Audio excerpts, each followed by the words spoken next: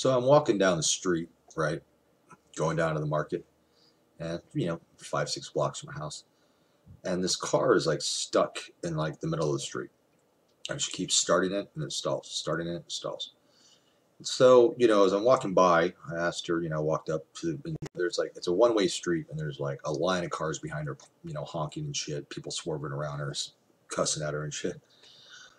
I walked up to the window, I knocked on the window, and she rolls down the window. I said, "Are you having car problems? You want me to push your car into the parking lot?" And she's like, "Oh, no, I'm not having car problems. The problem is I'm trying to learn how to drive a stick shift." I said, "Okay." I said, "All right." She goes, "I'll be fine." I said, "Okay." So, go on about my merry way. Walk across the street, and I keep looking back, hoping that she's going to make some forward progress. She did not. She like started and go, "Bleh." Start it, bleh. So I like walk back to her and I knock back on the window. And she rolled it down. And at this point, she's like almost in tears. I said, "Look, do you want me to drive your car for you, to a parking lot?" She goes, "You know how to drive stick?" I said, "Yeah." I said, "Scoot over." So I jumped in. And there's this guy who's like fucking about to blow a head gasket behind her. He's like clapping. He's like, "Thank you." So I got in the car and drove her to the market, which worked out good for both of us because that's where I was going anyway. It was a few blocks down the road. It was not a far walk, but so I drove her and I was like, "How the fuck are you going to get home?" I'm like, "What are you doing trying to drive a stick shift, learning how to drive a stick shift in the middle of the day in downtown Hillcrest? This is not a good time to be learning how to drive a stick shift. You need to go to a Walmart or a church. You need to go to a big parking lot where there's nobody doing shit. And that's how you learn." She goes, "Well, my brother showed me for 20 minutes and I did good. And now I just, And so I'm like, well, now we're at the market. And I'm like, "How are you going to get home?" I said, "Where do you live?" And she's like, "I live in Mission Hills." It's not very far. It's like 3, 4 miles. And I said, "Well, let me go into the market, get what I need to get. If you're still here when I get out, I'll drive you home because you don't have a way. I don't think you can make it." And she goes, "I think I can make it." I said, "Okay, well, I'll be back in about 10 minutes. Gotta get some shit. If you're still here, if you want, I'll drive you home." And so I come back. I was in the market for 10, 15 minutes. Come back. I come back and lo and behold, she's still there. She's trying to get into reverse. And she's like, same thing, but now it's going the other way. It's like, bleh, bleh. She's not doing the clutch and gas, feathering. She's not. She's like going like, instead of like, she's like, practice makes perfect. But anyway, come back to her car. I'm like, "Look, I'll just drive you home, okay?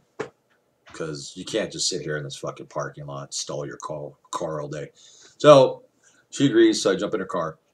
Oh, and by the way, if you're wondering, yeah, it's kind of weird. It's a stereotypical bad Asian drivers. That's her. She's very attractive though.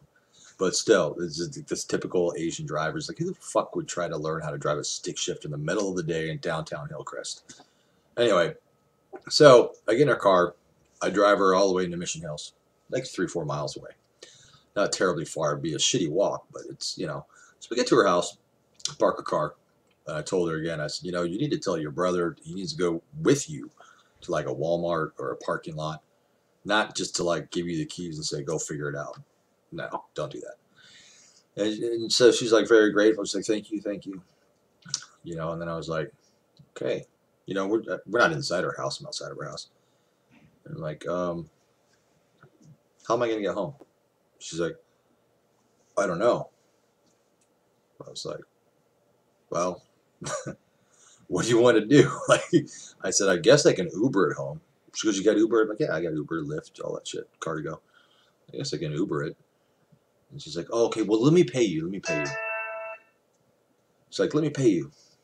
I was like, "You don't need to pay me, but if you want to pay for my Uber, yeah, kick me $10. Probably costs about $10. She's like, "Okay, here's $10. It's like, "All right, cool, cool." As we're waiting for the Uber to come get me, I'm talking to her. She's like, "I'm really appreciative. Yeah, that was really stupid of me to take the car out on the road." Um, she's like, can I, take you out for lunch sometime, for dinner or something?" I was like, absolutely. So I got her phone number. We exchanged phone numbers and stuff. Eh, you know, it's a strange way to meet somebody, but it's also a good way because whether I do or not, which I do, but regardless if I do or not, the fact that I was able to go out of my way to help her shows her that I'm a decent guy, and I am a decent guy. But so it's a good way to start, you know, something possibly in the future with her. We'll see. I mean, she may not call me. I'm gonna call her in a couple of days, but I mean, I've had better stories, but you know, I'm gonna at this point I just you know, tell them as they come.